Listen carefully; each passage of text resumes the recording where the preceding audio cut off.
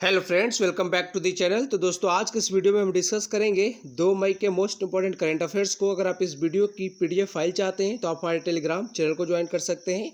और जो अप्रैल का हमारा महीना है उसका जो महत्वपूर्ण दिवस है, महत्वपूर्ण दिवस के साथ साथ उसकी थीम के ऊपर मैंने एक वीडियो बना दी है। तो अगर आपने अभी तक उसको नहीं देखा है तो उसे ज़रूर देख लीजिए, बिल्कुल डिटेल में कवर किया है मैंने। तो देखते हैं आगे। और अगर आप घर पर बैठकर अपने एग्जाम्स की तैयारी करना चाहते हैं तो आप हमारे मोबाइल ऐप की मदद ले सकते हैं। यहाँ पर आपको फ्री स्टडी मटेरियल और साथ में प्रीमियम क्लासेस उपलब्ध कराई जाएंगी। तो सबसे पहले हम देखेंगे अपना कल का अभ्यास प्रश्न, जिसका उत्तर आप सभी को नीचे कमेंट बॉक्स में देना होता है। और प्रश्न में आपसे पूछा गया था, हाल ही में 11वें पीटर्सबर्ग जलवायु संवाद की सह अध्यक्षता जर्मनी और किस देश के द्वारा की गई थी? तो जर्मनी और यहाँ पे ब्रिटेन ने सह अध्यक्षता की है 11वें पीटर्सबर्ग जलवायु संवाद की। आगे हम डिटेल्स कवर करते हैं। 11वें पीटर्सबर्ग जलवायु संवाद की सह अध्यक्षता जर्मनी और ब्रिटेन द्वारा की गई। भारत ने प्रथम वर्चुअल पीटर्सबर्ग जलवायु संवाद में 30 देशों के साथ जलवायु परिवर्तन से संबंधी मामलों पर विचार विमर्श किया। इसमें भारत का प्रतिनिधित्व जो है केंद्रीय पर्यावरण, वन एवं जलवायु परिवर्तन मंत्री जो है प्रकाश जावड़ेकर जी, उन्होंने किया। पीटर्सबर्ग जलवायु संवाद को वर्ष 2010 में जर्मनी की चांसलर एंजेला मर्केल की पहल पर प्रारंभ किया गया था। और ब्रिटेन जो है संयुक्त राष्ट्र जलवायु परिवर्तन फ्रेमवर्क सम्मेलन के आगामी कॉन्फ्रेंस ऑफ पार्टीज 26 का अध्यक्ष है, यानी जो भी COP 26 होगा उसका अध्यक्ष कौन है? वो है ब्रिटेन, याद रखिएगा। आगे देखते हैं, यहाँ पे देख लीजिए इंग्लैंड को मैप में, और ब्रिटेन, ग्रेट ब्रिटेन और यूके में अंतर बताता हूँ आपको। अगर वेल्स और इंग्लैंड को दोनों को हम एक जगह रख कर अगर बोलते हैं, मान लो दोनों को अगर हम ज्वाइन कर देते हैं तो इसे हम क्या बोलेंगे? ब्रिटेन बोलेंगे। और इंग्लैंड और वेल्स में अगर हम स्कॉटलैंड को जोड़ देते हैं तो हम इसे ग्रेट ब्रिटेन बोलते हैं। और मान लो इंग्लैंड, वेल्स, स्कॉटलैंड और नदर आइलैंड, इन चारों को हम एक साथ बोलेंगे, मतलब चारों को ज्वाइन करके बोलेंगे एक जगह, तो क्या बोलेंगे? हम इसे यूके बोलेंगे, याद रखना। England plus Wales Britain, England plus Wales plus Scotland Great Britain, England, Wales, Scotland plus Northern Ireland UK, याद रखना। ब्रिटेन की राजधानी लंदन है, मुद्रा पाउंड स्टर्लिंग है, प्रधानमंत्री बोरिस जॉनसन है, ब्रिटेन के गृह मंत्री भारतीय मूल की प्रीति पटेल हैं, और इंफोसिस के जो संस्थापक नारायण मूर्ति जी, उनके जो दामाद हैं ऋषि सुनक, वो ब्रिटेन के वित्त मंत्री हैं, तो ये भी याद रखिएगा। और यहाँ पे एक बार और याद रखना, जो यूके का पार्ट है वो नदर्न आइलैंड है, आयरलैंड जो है वो यूके का पार्ट नहीं है, नदर्न आइलैंड यूके का पार्ट है, याद रखना है आपको। आगे देखते हैं, आगे जर्मनी के बारे में। यहाँ पे देखिए जर्मनी, और यहाँ पे इसकी राजधानी है बर्लिन। जर्मनी अपनी सीमा साझा करती है डेनमार्क के साथ।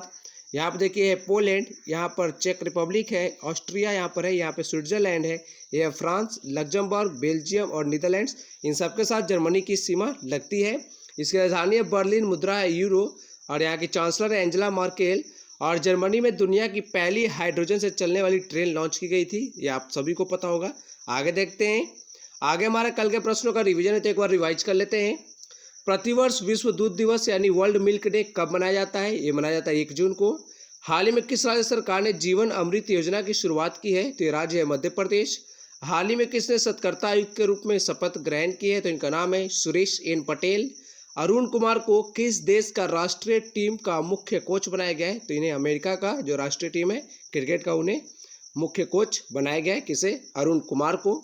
हाल ही में किसे ऑस्ट्रिया में भारत का राजदूत नियुक्त किया गया है? तो ऑस्ट्रिया में भी नए राजदूत बन गए जयदीप मजुमदार जी। आगे देखते हैं, आगे है, हाल ही में दीपांकर दत्ता किस उच्च न्यायालय के मुख्य न्यायाधीश बने हैं? तो ये बॉम्बे उच्च न्यायालय के मुख्य न्यायाधीश बन गए हैं। हाल ही में किस राज्य सरकार ने नेबरहुड क्लासेस शुरू किया है? तो ये त्रिपुरा। किस देश ने कोविड सेफ नामक corona virus tracking app launch किया है? तो है ऑस्ट्रेलिया। किसे लोक उद्यम चयन बोर्ड, जिसे हम पब्लिक इंटरप्राइजेस सिलेक्शन बोर्ड बोलते हैं, उसका नया अध्यक्ष नियुक्त किया गया है? तो इनका नाम है राजीव कुमार। हाल ही में किस बॉलीवुड अभिनेता का निधन हो गया? तो ये है ऋषि कपूर जी। आगे देखते हैं, आगे हमारा आज का करंट अफेयर्स है, और पहला प्रश्न है महत्वपूर्ण दिवस से रिलेटेड। प्रतिवर्ष अंतर्राष्ट्रीय श्रम दिवस यानी इंटरनेशनल लेबर डे कब मनाया जाता है? तो ये प्रतिवर्ष जो है 1 मई को मनाया जाता है। डिटेल्स कवर कर लेते हैं। हर साल 1 मई को दुनिया भर में अंतर्राष्ट्रीय मजदूर दिवस या श्रम दिवस भी इसे बोल सकते हैं, या हम मई दिवस भी इसे बोलते हैं, ये मनाया जाता है, याद रखिएगा।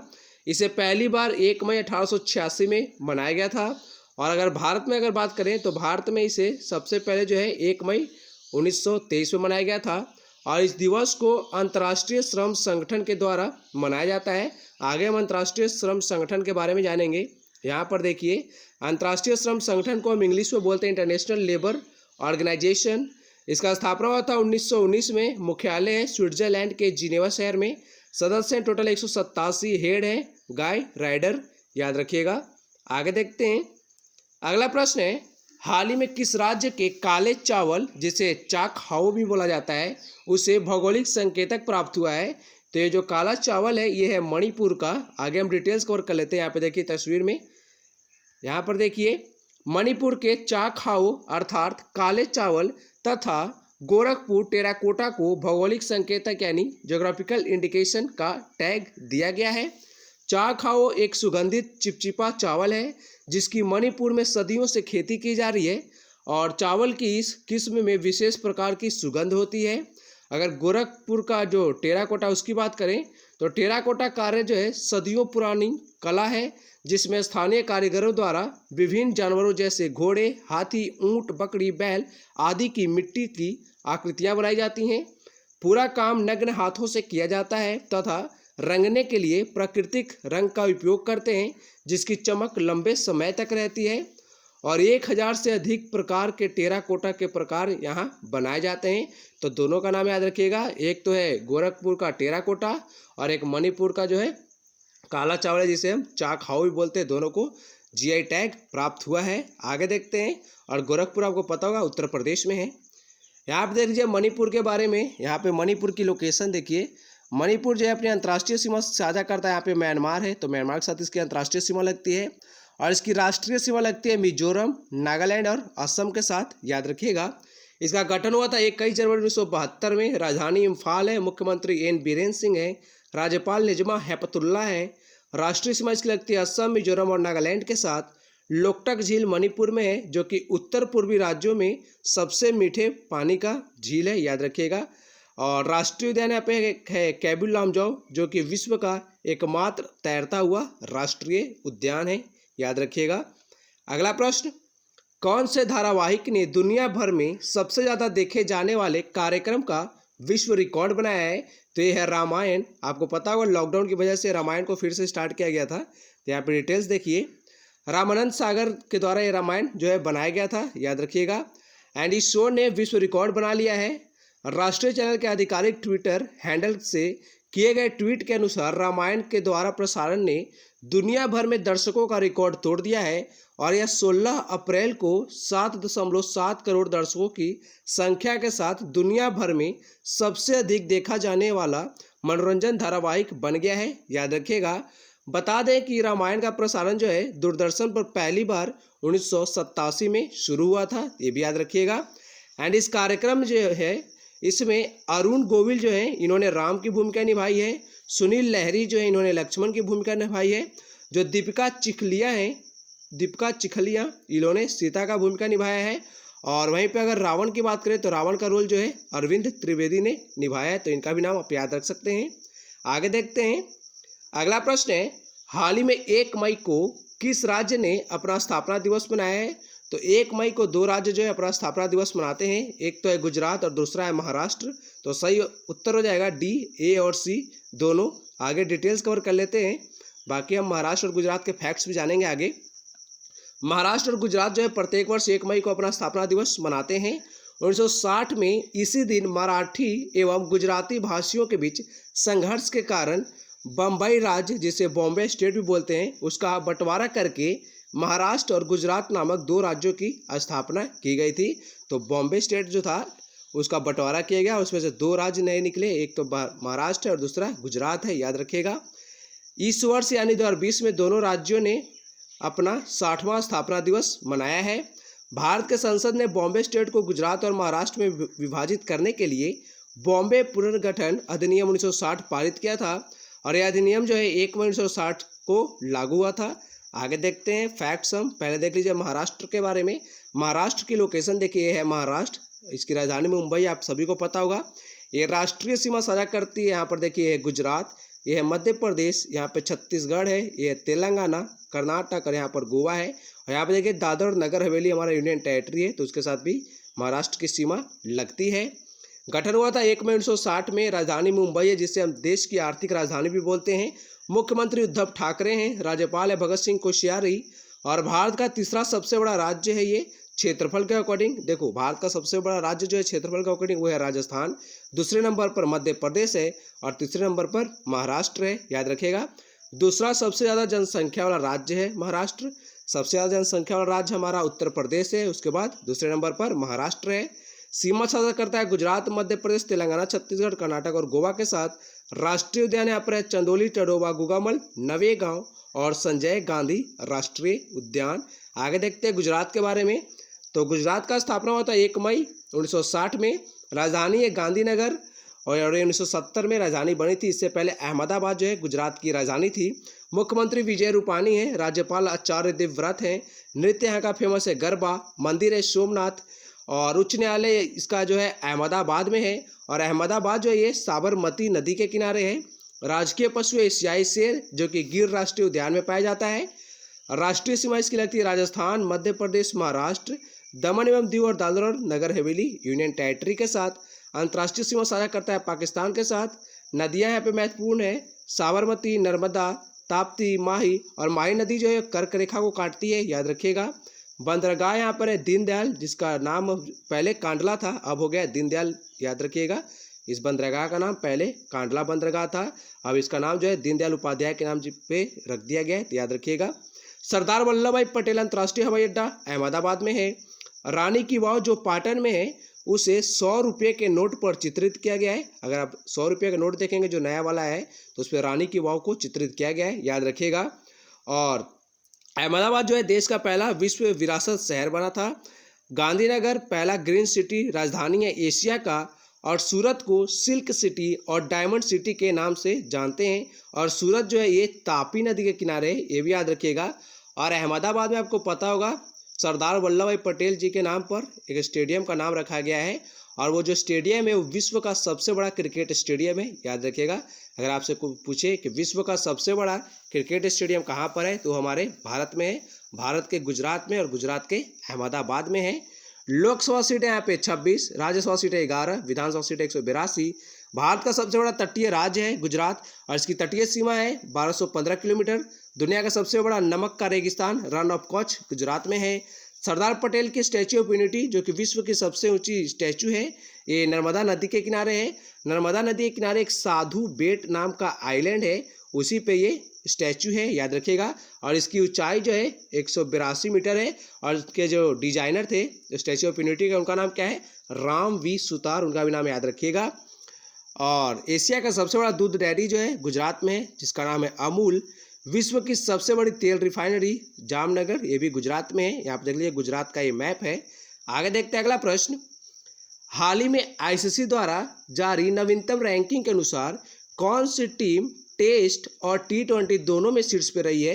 तो ये टीम है ऑस्ट्रेलिया, जिन्होंने टेस्ट में भी टॉप किया है और T20 में भी टॉप किया है। डिटेल्स देखते हैं।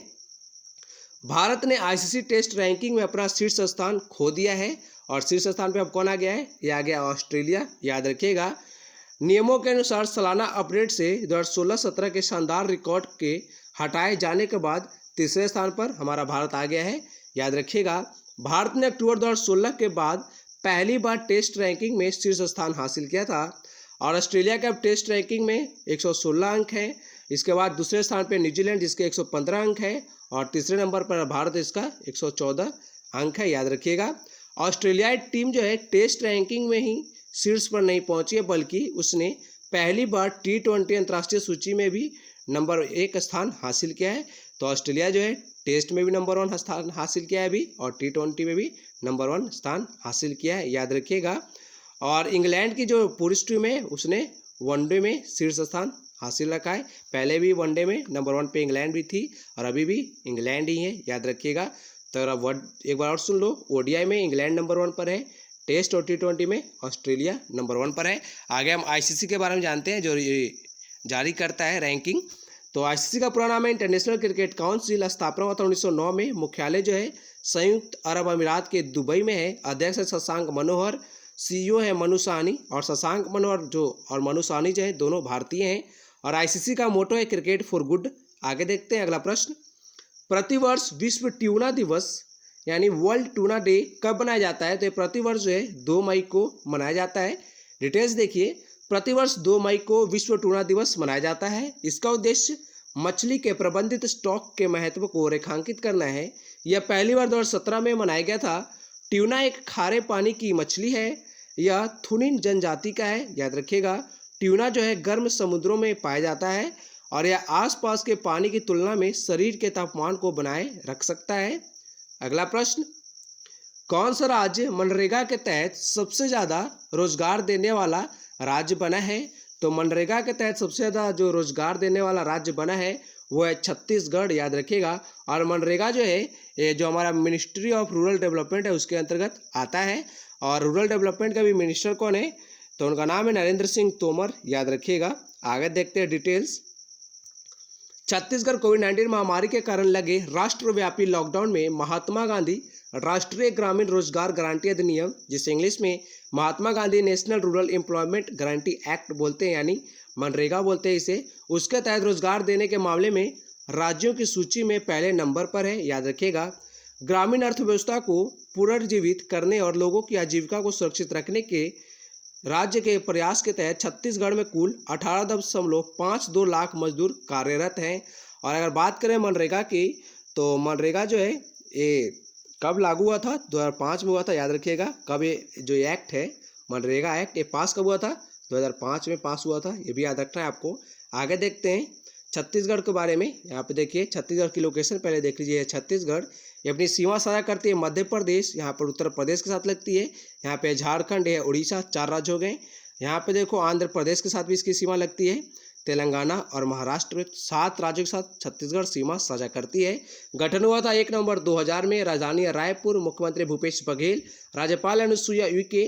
और ये भारत का 26वां राज्य बना था मध्य प्रदेश से अलग होकर। छत्तीसगढ़ के अंबिकापुर में भारत का पहला गार्बेज कैफे खुला है, याद रखिएगा। यहाँ पे राष्ट्रीय उद्यान है इंद्रावती, कांगेर घाटी और गुरु घासीदास राष्ट्रीय उद्यान। आगे देखते हैं अगला प्रश्न, हाल ही में किसे गूगल पे इंडिया का सलाहकार नियुक्त किया गया है? ते हैं शिखा शर्मा, याद रखिएगा। और हाल ही में शिवदास मीना जो है ये हुडको की चेयरमैन बनी है, ये भी याद रखना। हुडको की चेयरमैन कौन बनी है? शिवदास मीना। जयदीप मजूमदार जो है ऑस्ट्रिया के राजदूत बने हैं, याद रखना। ऑस्ट्रिया में भारत के राजदूत बने हैं। और जे अरुण कुमार जो इन्हें जो अमेरिका की क्रिकेट टीम है, राष्ट्रीय क्रिकेट टीम, उसका कोच बनाया गया है। डिटेल्स देखिए, एक्सिस बैंक की पूर्व सीईओ शिखा शर्मा गूगल पे इंडिया की नई सलाहकार नियुक्त हुई हैं। उनकी नियुक्ति गूगल पे इंडिया के कार्ड आधारित ऑफर के लिए मार्ग तलाशने के लिए की गई है, जिसे जल्द ही लॉन्च किया जा सकता है। गूगल पे यूनिफाइड पेमेंट इंटरफेस के लिए एक प्रमुख ऐप है जो अमेजन पे, पेटीएम आदि की तरह यूपीआई की सुविधा प्रदान करता है। अगला प्रश्न, हाल ही में किसके द्वारा स्वास्थ्य कर्मियों को सम्मानित करने के लिए #WeWillWin अभियान शुरू किया गया है? तो ये अभियान जो है फीफा के द्वारा शुरू किया गया है। फीफा के बारे में हम आगे जानेंगे, पहले डिटेल्स देख लीजिए। फीफा ने #WeWillWin नामक एक नया अभियान शुरू किया है। इस अभियान के तहत उन स्वास्थ्य कार्यकर्ताओं और अन्य पेशेवरों को सम्मान में एक विशेष वीडियो संदेश जारी किया है जो कोविड-19 महामारी के दौरान समाज को सुचारू रखने में लगे हुए हैं। इस वीडियो में भारत के पूर्व फुटबॉलर जो कप्तान बाईचुंग भूटिया है वो भी शामिल है, याद रखिएगा। बाईचुंग भूटिया सिक्किम से हैं। अच्छा, बाईचुंग भूटिया ने एक अपना पार्टी बनाया था, उस पार्टी का नाम आप कमेंट बॉक्स में लिख कर बताइएगा। और बाईचुंग भूटिया जो है इन्हें 50 पुराने और वर्तमान स्टार फुटबॉल खिलाड़ियों में से एम्बेसडर के तौर पर चुना गया था। आगे देखते हैं फीफा के बारे में। यहाँ पे देखिए, और 2022 का जो फीफा वर्ल्ड कप है आपको पता होगा वो कतर में होगा। फीफा का पूरा नाम है federation international D football association. स्थापना होता है 1 मई 1904 में, 94 नहीं, 1904 में। ये मुख्यालय है स्विट्जरलैंड के ज्यूरिख शहर में। अध्यक्ष है गियानी इन्फेंटिनो। और फीफा का मोटो है for the game for the world. तो मोटो भी याद रखिएगा, मोटो भी पूछ लिया जाता है कभी कभी एग्जाम में। अगला प्रश्न है, हाल ही में कौन सी खिलाड़ी फेड कप हॉट अवार्ड के लिए नामांकित होने वाली पहली भारतीय बनी है? तो इनका नाम है सानिया मिर्जा, याद रखिएगा। सानिया मिर्जा जो है फेड कप हॉट अवार्ड के लिए नामांकित होने वाली पहली भारतीय बनी है। आगे देखते हैं इनके बारे में हम। भारत के स्टार टेनिस खिलाड़ी सानिया मिर्जा को फेड कप हॉट अवार्ड के लिए एशिया ओशियानिया जोन से नामित किया गया है। यह उपलब्धि हासिल करने वाली वह भारत की पहली महिला खिलाड़ी हैं। यह जानकारी ऑल इंडिया टेनिस एसोसिएशन के महासचिव जो हैं हरिनय चटर्जी ने दी है। सानिया जो है ये माँ बनने के बाद 2 साल बाद ही, जब सानिया मिर्जा माँ बनी थी उसके 2 साल बाद जनवरी में कोर्ट में वापसी की थी इन्होंने, और उन्होंने होबार्ट इंटरनेशनल टेनिस टूर्नामेंट का डबल्स खिताब भी जीता था, याद रखिएगा। और इसमें सानिया की जोड़ीदार जो थी यूक्रेन की नादिया किचनॉक थी, याद रखना है भी। आगे देखते हैं, अब आगे आपका आज का अभ्यास प्रश्न। तो प्रश्न में आपसे पूछा गया है, हाल ही में किसे ऑस्ट्रिया में भारत का राजदूत नियुक्त किया गया है। और ऑप्शन में जितने भी नाम लिखे गए हैं ये कहीं ना कहीं के राजदूत अभी हाल ही में नियुक्त हुए हैं। तो इन सभी के बारे में आपको कमेंट बॉक्स में लिखकर बताना है कि दीपक मित्तल कहाँ के राजदूत बने हैं, जयदीप मजूमदार कहाँ के बने हैं, टीएस त्रिमूर्ति को आपको पता होगा कहाँ पे अभी नियुक्त किया गया है, तो उसके बारे में बताइएगा। पीयूष श्रीवास्तव भी कहीं ना कहीं के राजदूत बने हैं। तो इन चारों के जो भी पद पे नियुक्त हुए हैं उसके बारे में आपको कमेंट बॉक्स में लिखना है। तो आज का लेक्चर हमारा यहीं पे समाप्त होता है। अगर आपको वीडियो अच्छा लगा तो वीडियो को लाइक करिए, चैनल को सब्सक्राइब करिए। अगर आप इस वीडियो की पीडीएफ फाइल चाहते हैं तो आप हमारे टेलीग्राम चैनल को ज्वाइन कर लीजिए, या जो हमारा ऐप है उसे इंस्टॉल कर लीजिए। ऐप और टेलीग्राम चैनल दोनों पर आपको पीडीएफ उपलब्ध करा दी जाती है, और पीडीएफ जो है बिल्कुल मुफ्त है, तो आराम से डाउनलोड कर पढ़िए उसे। तो thank you for watching video, thank you so much.